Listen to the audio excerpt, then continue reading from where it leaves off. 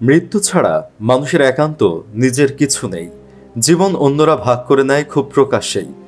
জাহাঙ্গীরনগর ইউনিভার্সিটির একটা ছেলের মারা যাওয়ার খবর দেখে হুট করেই মনে হলো, মৃত্যু ছাড়া আমাদের আসলে নিজের বলতে আছেটা কি।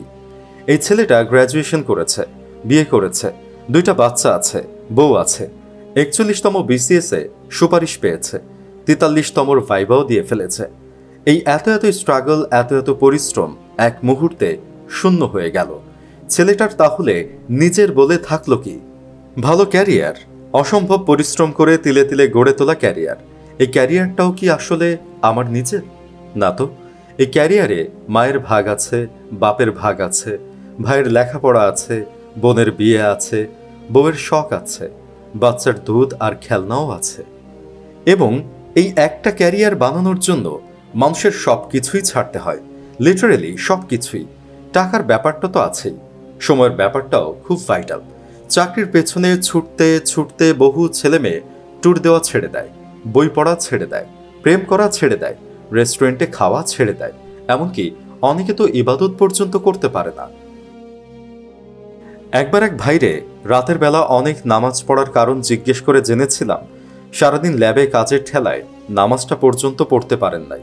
খাওয়া তো দূরের কথা, মলিন হাসি মুখে নিয়ে তিনি বলেছিলেন, আমি ধনী হতে চাই না ভাই, শুধু এতটুকু অবসর চাই যতটুকু অবসর পাইলে আমি একটু শান্তিমতো নামাজটা পড়তে পারি। কেউ সারা রাত ফোন নিয়ে রাতে দাঁড়াইয়া থাকে, বাপ অসুস্থ, বাপের কাছে যাইতে পারে না, শুধুমাত্র একটা ক্যারিয়ারের জন্য, একটা ব্রাইট ফিউচারের জন্য। সমস্যা হলো, ফিউচার প্ল্যানে আমরা সব কিছু ইনক্লুড করি, শুধু মৃত্যুটা ছাড়া। আমাদের প্ল্যানে পরিবার থাকে, প্রেমিকা থাকে, গাড়ি থাকে, বাড়ি থাকে, বাট মৃত্যুটা থাকে না। অথচ মৃত্যুটাকে প্ল্যানে রাখতে পারলেই কিন্তু আমার আপনার অনেক প্রায়োরিটি চেঞ্জ হয়ে যাবে। সেন্ট মার্টিন ট্যুরটা দিয়ে ফেলা যাবে, ওয়ার অ্যান্ড পিসটা পড়ে ফেলার সময় হবে, তাহাজ্জুদ পড়ার সময়টাও বের করে ফেলতে পারবেন।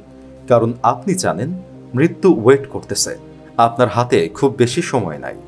না, আমি নিজে বোহেমিয়ান টাইপ মানুষ না, আপনাকেও বাউন্ডুলে হতে বলতেছি না, বরং পরিবারকে আমরা ওন করব, ভালোবাসবো, দায়িত্ব পালন করব, সবটাই করব।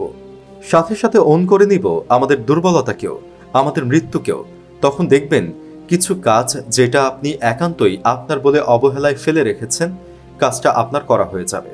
মৃত্যু আপনার পরিবারের পাশাপাশি আপনাকেও আপনার কাছে গুরুত্বপূর্ণ করে তুলবে।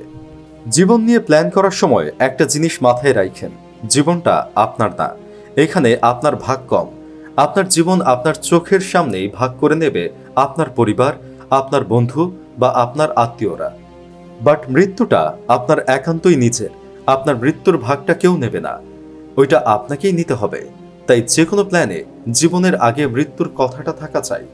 কষ্ট করতে করতে নিজেরে যন্ত্র করে ফেলার আগে মনে থাকা চাই কবি ইমতিয়াজ মাহমুদের লেখা 2টা লাইন, মৃত্যু ছাড়া মানুষের একান্ত নিজের কিছু নেই, জীবন অন্যরা ভাগ করে নেয় খুব প্রকাশ্যেই।